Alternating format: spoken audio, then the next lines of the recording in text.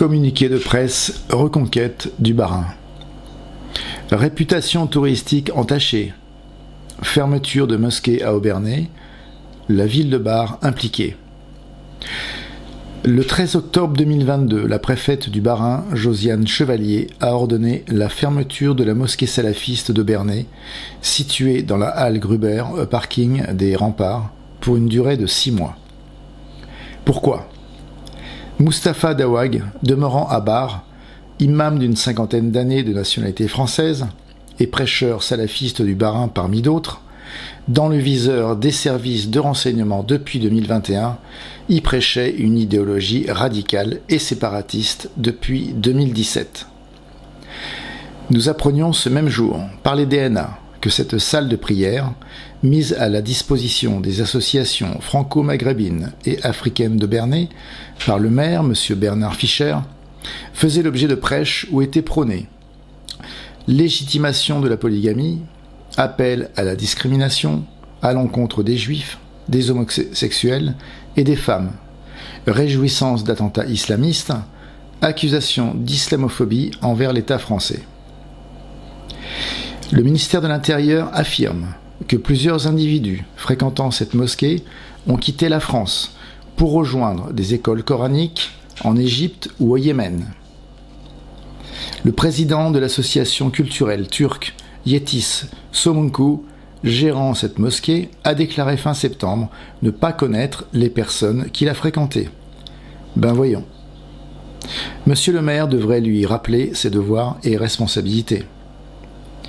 Si la fermeture de cette mosquée semble une bonne chose, le fait qu'elle soit temporaire révèle une fois de plus que la sanction timide n'est pas à la mesure de la gravité des faits.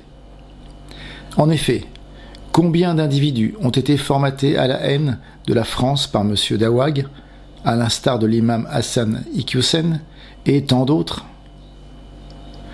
C'est désormais courant partout en France.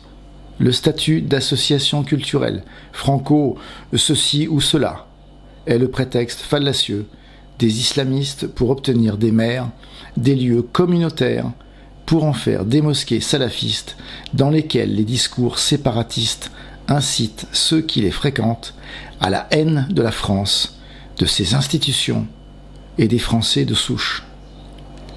Combien parmi eux sont passés ou passeront à l'acte ? L'insécurité grandit à Obernai, comme partout en France.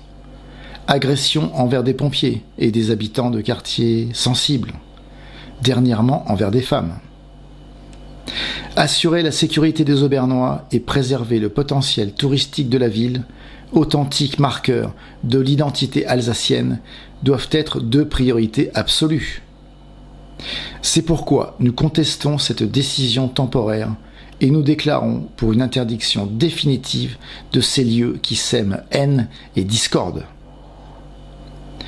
La justice française doit être d'une fermeté exemplaire.